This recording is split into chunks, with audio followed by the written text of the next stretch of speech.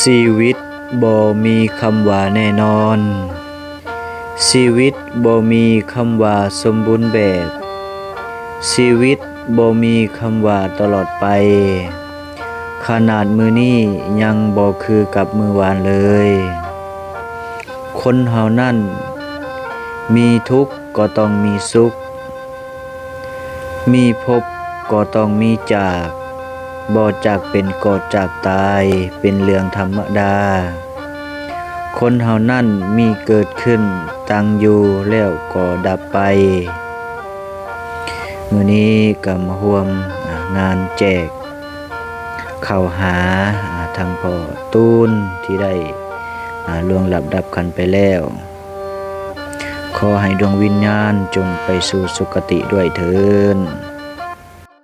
มาสัมพุทโธ